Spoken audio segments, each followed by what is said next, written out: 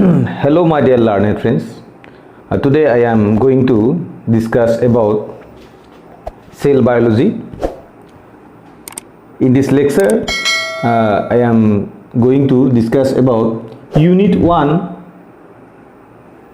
Title of the topic is Overview of Cell, and this topic is under the paper code ZOO-HC-2016. This paper included under the syllabus of second semester CBCS course. At first, I am going to describe about history of cells. At first, the concept of cell was actually the physical concept of cell was put forwarded by a scientist was Konrad Zesner.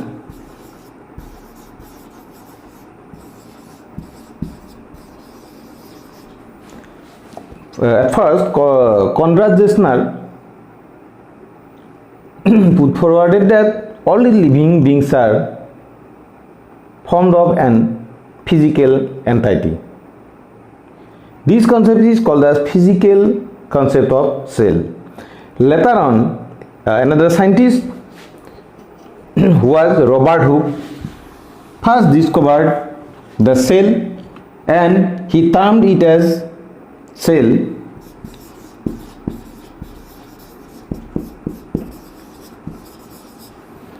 Robert Hooke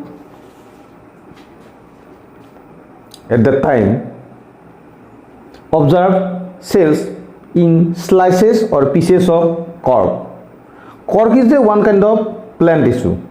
He selected some cork tissue and then make slices from the cork tissue, and he observed this tissue under a microscope which was designed by him.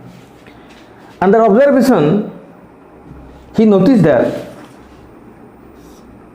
the slices of cork formed of some hexagonal shape structure, just like these structures. These hexagonal structures were hollow under observation. Therefore, he thought that these units are actually cell, and cells are the hollow structure.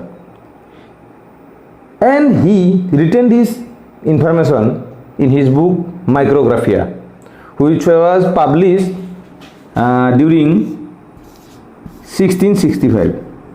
From this year 1665, the history of cell biology started.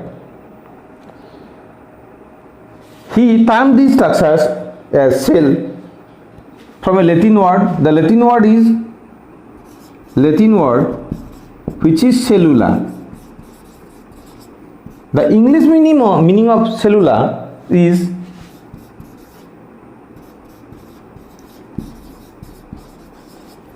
hollow space. At that time, he observed these chambers are as hollow chambers. Why? This is because due to the low magnification capacity of his microscope. Due to low magnification capacity, he only observed the cell wall. At that time, he cannot observe the internal structure of the cell. Therefore, he thought that the structures are hollow, and he extracted the term cell from the Latin word cellula, which means hollow space. This is the history of discovery of cell. After the discovery of cell, from the different parts of the world, different scientists conclude about the existence of cells. Later on, all these conceptions are gathered by two scientists, Swan and Sladen.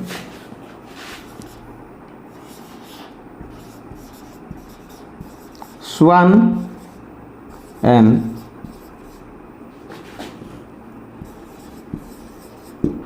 Sladen. Swan and Sladen gathered this knowledge from different parts of the world. Then this knowledge, they convert this knowledge into a theory, and the theory was termed as cell theory.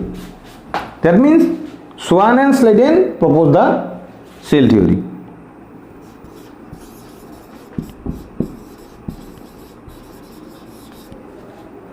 And they provide certain comments or postulates of cell theory.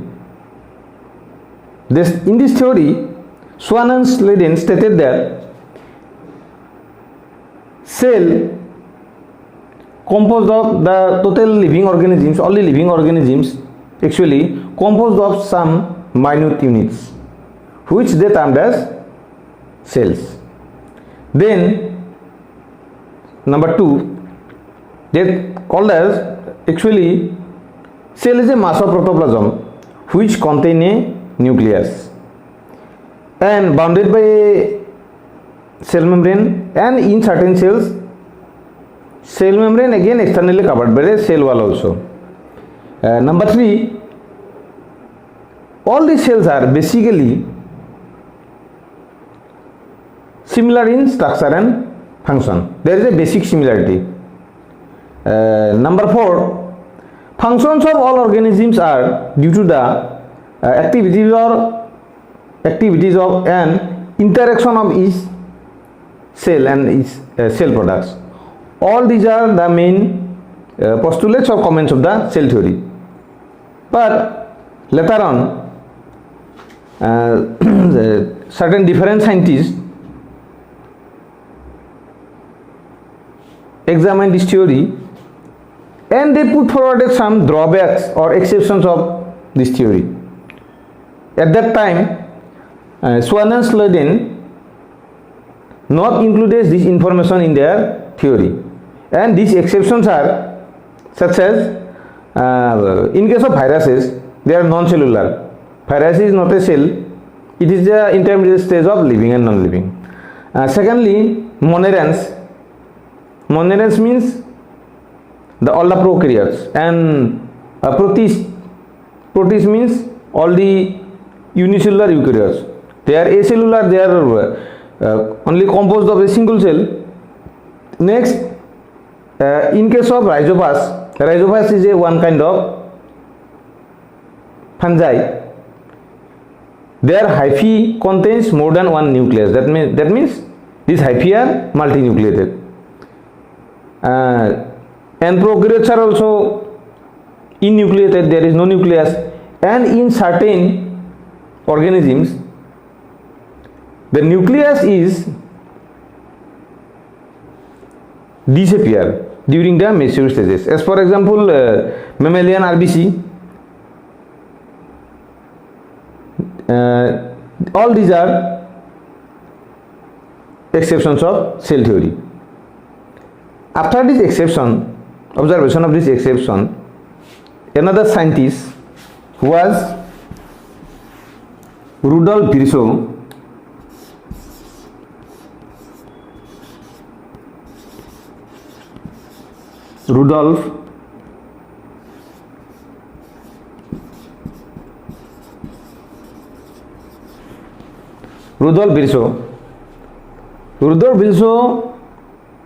proposed a statement. The statement is like in Latin,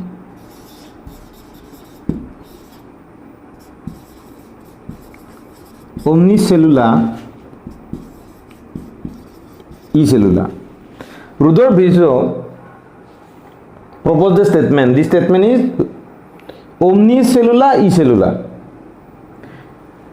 This statement written in Latin, the English meaning of this statement is each cell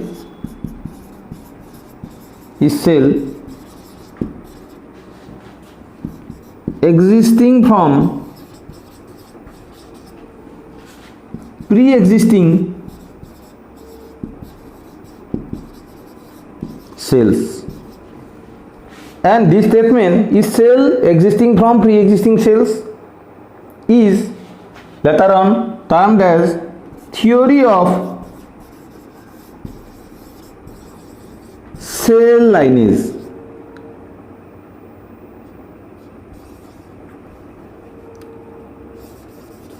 Theory of cell lineage. This theory is called as this statement is called as theory of cell lineage. After the development of cell lineage theory, again Rudolf Virchow examined all the statements of cell theory and several kinds of exceptions to cell theory. Then he put forward a new theory. This theory is termed as or designed as modern cell theory. Modern cell theory. This theory is designed as modern cell theory or cell principle or cell doctrine.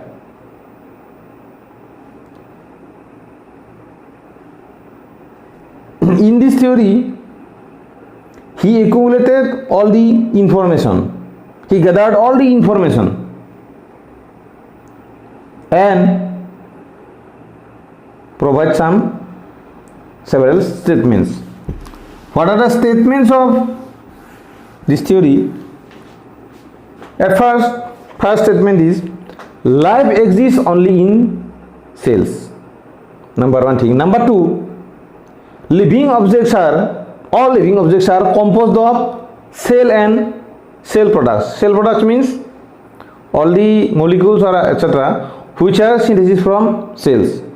Or this is a multinucleated mass of protoplasm. In certain cases, cells are multinucleated, which are not included in cell theory. Next, third one is cell is a unit of function. That means all metabolic activities are occurred inside the cell. And structure, because all the living organisms are composed of cells. Reproduction, sperm and ovums are reproductive cells. Heredity, because sperm and ovum contains the units of heredity. And disease. Next one, number 4, is cell existing from pre-existing cell. Next one is there is a fundamental similarity in chemical composition of the cell and physical structure of the cell. In physical structure and in chemical composition, all cells are basically alike or similar.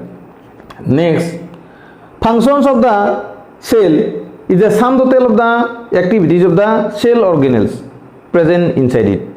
This is an important thing.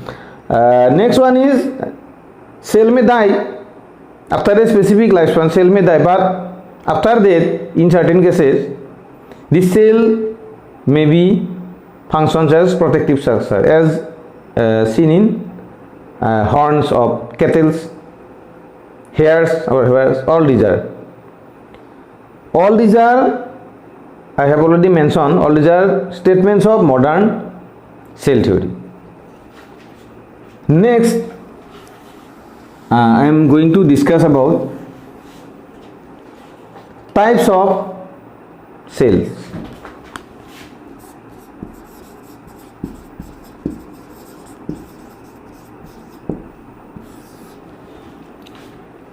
Cells are basically classified on the basis of the nature of the nuclear material.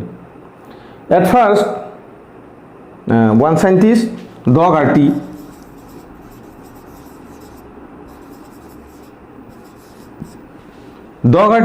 classified different types of cells on the basis of the organization of the nuclear material.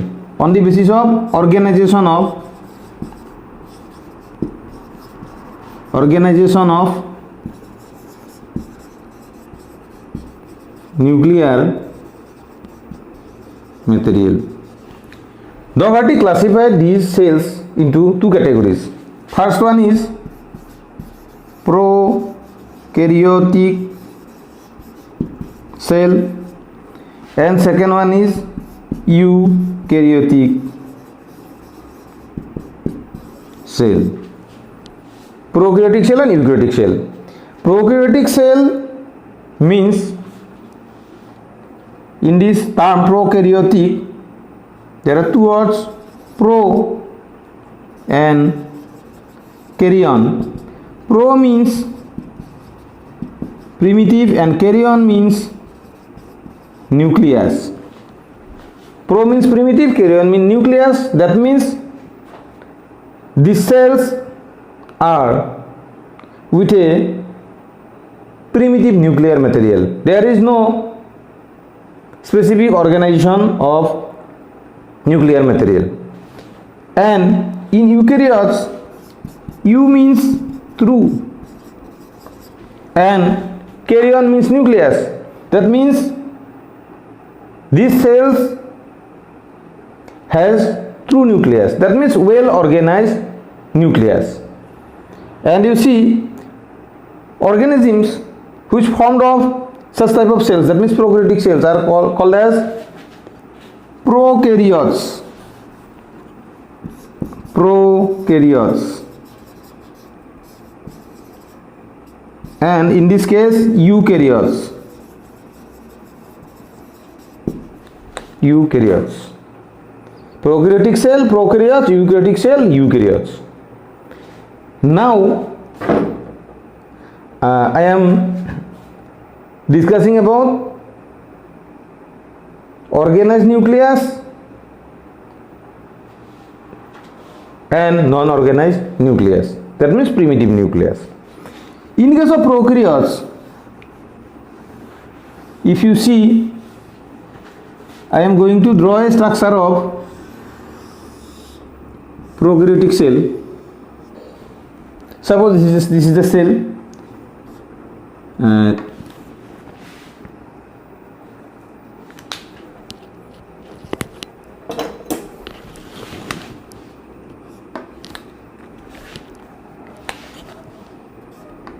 This is cell membrane. Cell membrane.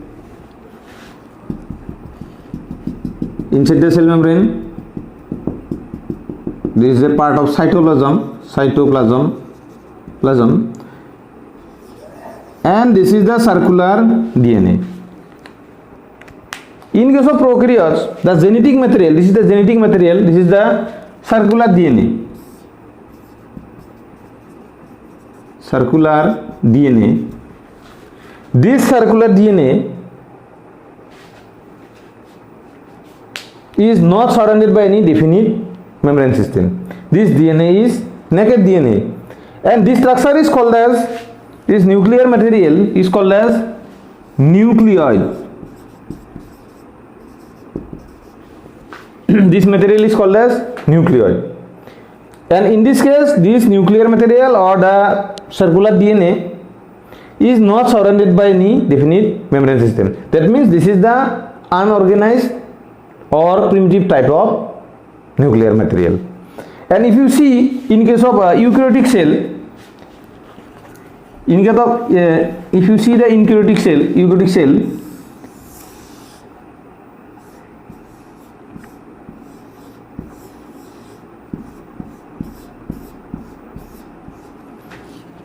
these are the linear DNA molecules which form some thread-like structure and then chromosome. All this genetic material present inside the nucleus.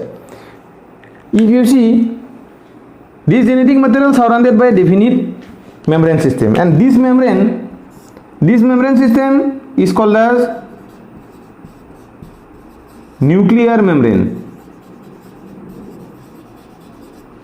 This structure is called as nuclear membrane. That means the genetic material surrounded by a definite membrane system, and this membrane is called as nuclear membrane, and this structure is called as nucleus.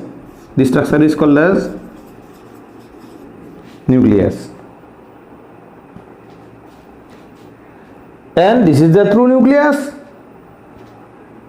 and this is the primitive nucleus. And there is another difference in these cases. In case of nucleus, the genetic material, that means DNA molecule is associated with histone proteins, tightly associated with histone protein. But in case of prokaryotes, there is no histone protein associated with this type of DNA. This is another difference between these two type of cells.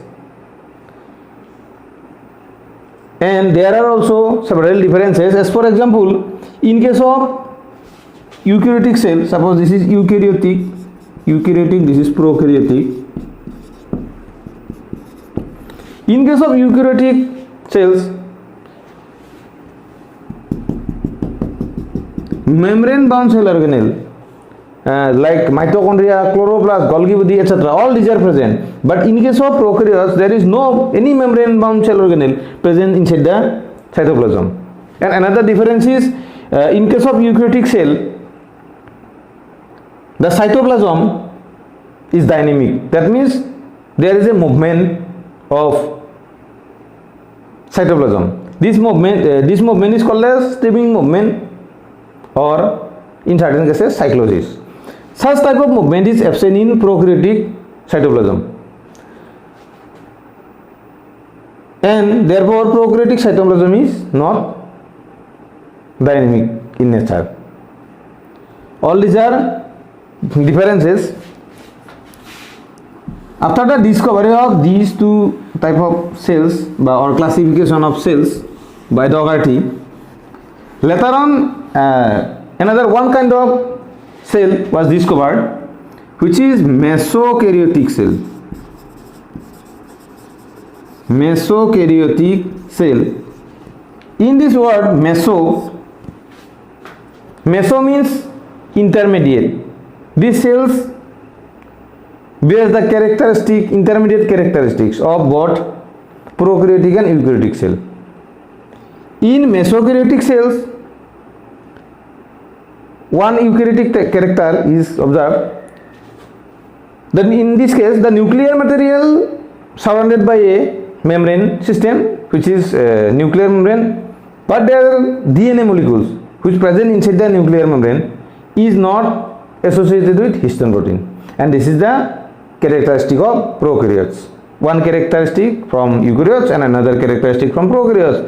Therefore, these type of cells are called as mesokaryotic cell, and organisms are called as mesokaryotes, and good example is dinoflagellates.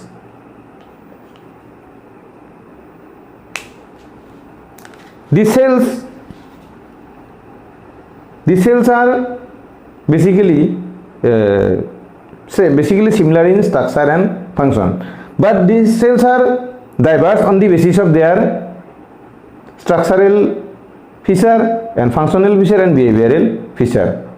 On the basis of structure, their chemical composition and their function and their behavior, these cells are classified into different types. As for example, in our body or in any organism's body, there are several types of cells present. These cells are diverse due to their activities. As for example, in our body, approximately there are 300 types of cells present. 300 types. So this is all about the general information of cell. After the end of my lecture, I included all these data. Thank you.